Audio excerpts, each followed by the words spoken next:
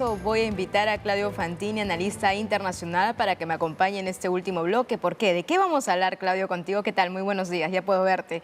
Vamos a hablar acerca del grupo Wagner. ¿Qué tal? Muy buenos días. ¿Cómo estás, Claudio? Un gusto saludarte después de tiempo. Vamos a hablar de este denominado grupo Un gusto. Wagner, que en resumen podríamos decir a nuestra audiencia que se trata pues de un grupo paramilitar, muchos lo están catalogando de esa forma, que actúa bajo el yugo del Kremlin y que precisamente se encuentran actuando en Ucrania en estos momentos y sobre todo en Bakhmut, donde ha habido pues feroces combates, y es ahí el protagonismo del grupo Wagner. Claudio, ¿cómo opera el grupo Wagner? ¿Quiénes son?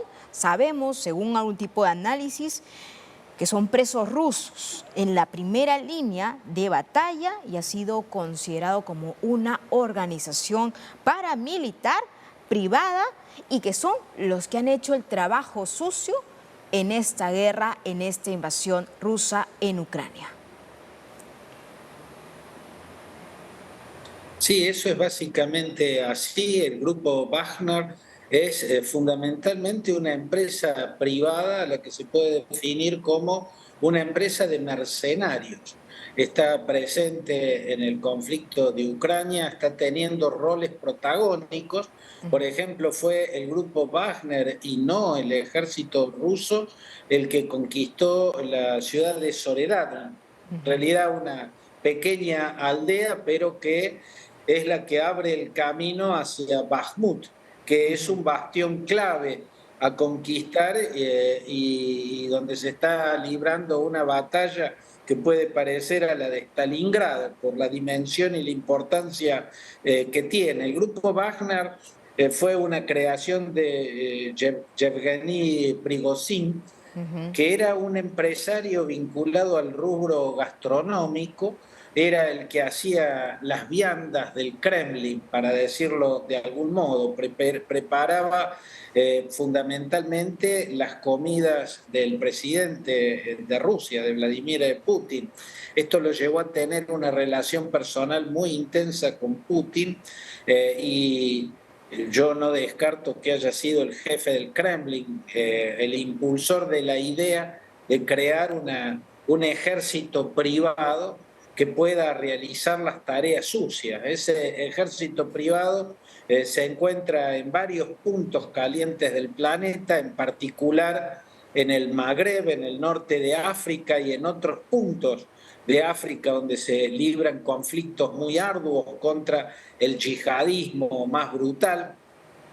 Pero también, además de hacer esos trabajos de índole privada, lo contrata un régimen, un gobierno, lo contrata una guerrilla. Ellos van a trabajar para el que los contrate, pero también van a trabajar para lo que es su principal contratista, que es el gobierno de la Federación Rusa. El gobierno ruso los ha llevado a Ucrania, donde juegan un rol fundamental porque hacen las tareas sucias, ¿no? O Sí, sea, y en ese sentido, torturan, Claudio, secuestran. así es. En ese sentido, también importante mencionar que en medio de este contexto de la guerra se han encontrado fosas comunes. Incluso cuando ya tropas ucranianas trataban de ingresar y de recuperar en esa contraofensiva, lo que hallaban era una masacre total y atribuían que el grupo Wagner eran los causantes, eran los hombres que estaban detrás de esas muertes.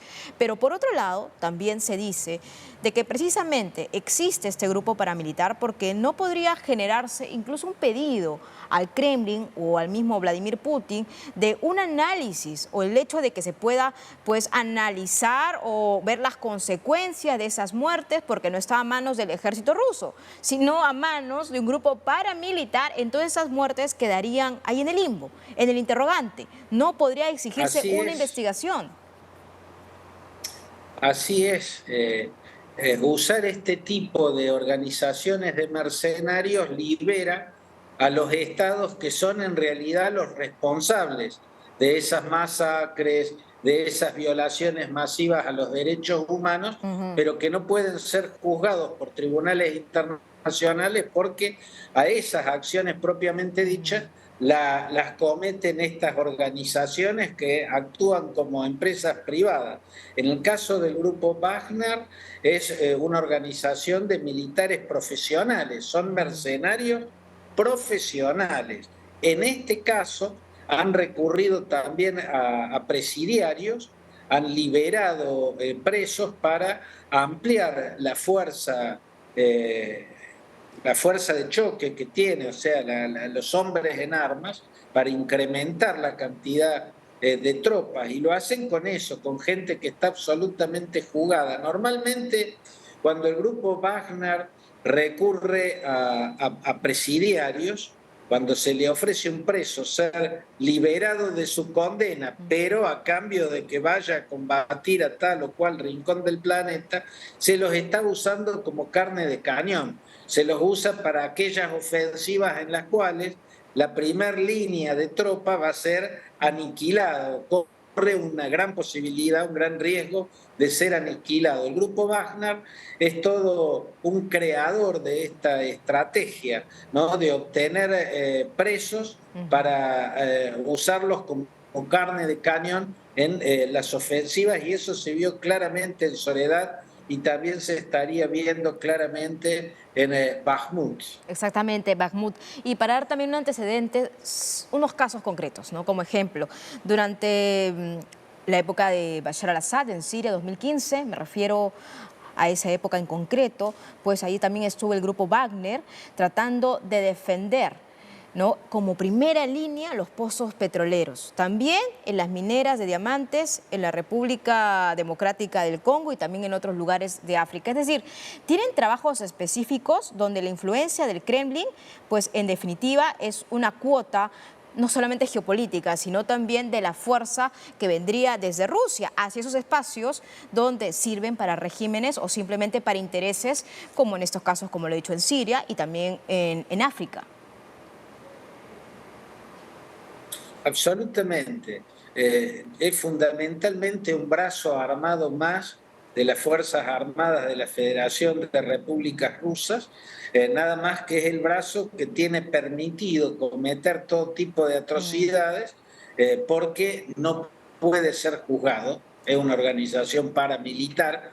Supuestamente y de manera oficial, Rusia nunca reconoce lazos con esta organización. Sin embargo, esta organización tiene su cuartel general en San Petersburgo. Petersburgo, son oficinas que están a la Sí. vista de todos. Prigozhin es un personaje que está siempre en el centro del escenario político de Rusia, da entrevistas y habla del grupo Wagner y de las actividades de sus combatientes. No usa el Sí. término mercenarios, sino una suerte de organización militar altamente profesionalizada, pero en definitiva son esos, contratistas del Estado. Hay que decir que no son el único caso, no Por son el supuesto. único caso existente, pero este es uno de los más llamativos y tuvieron su bautismo de fuego, digamos, a la vista del mundo en Siria, sobre todo en la parte, en el noreste de Siria. La batalla de Alepo fue muy difícil para el ejército ruso. En Alepo y en Idlib, las posiciones de los milicianos enemigos del régimen de Bashar al-Assad eran muy fuertes. En Idlib era muy fuerte la organización Al-Nusra, que es un brazo de Al-Qaeda, el brazo de Al-Qaeda para la guerra de Siria. Y en Alepo, sobre todo, había milicias kurdas que eran muy difíciles de doblegar, y otras milicias ultra islamistas, entre ellas algunos brazos del Estado Islámico, el ISIS.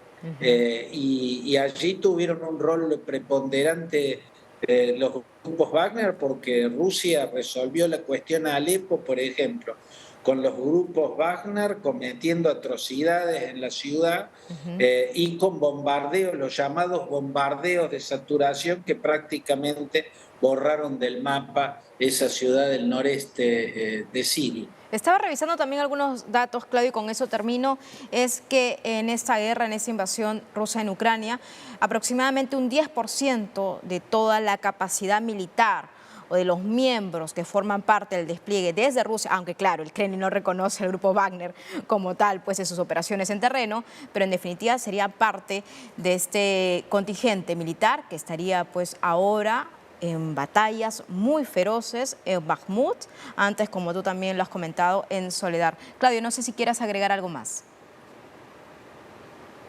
No, digamos que se está viviendo un momento clave que puede llegar a ser un punto de inflexión en esa guerra. Se viene una gran ofensiva rusa que está apuntada a la Exacto. conquista de toda la región de Zaporizhia.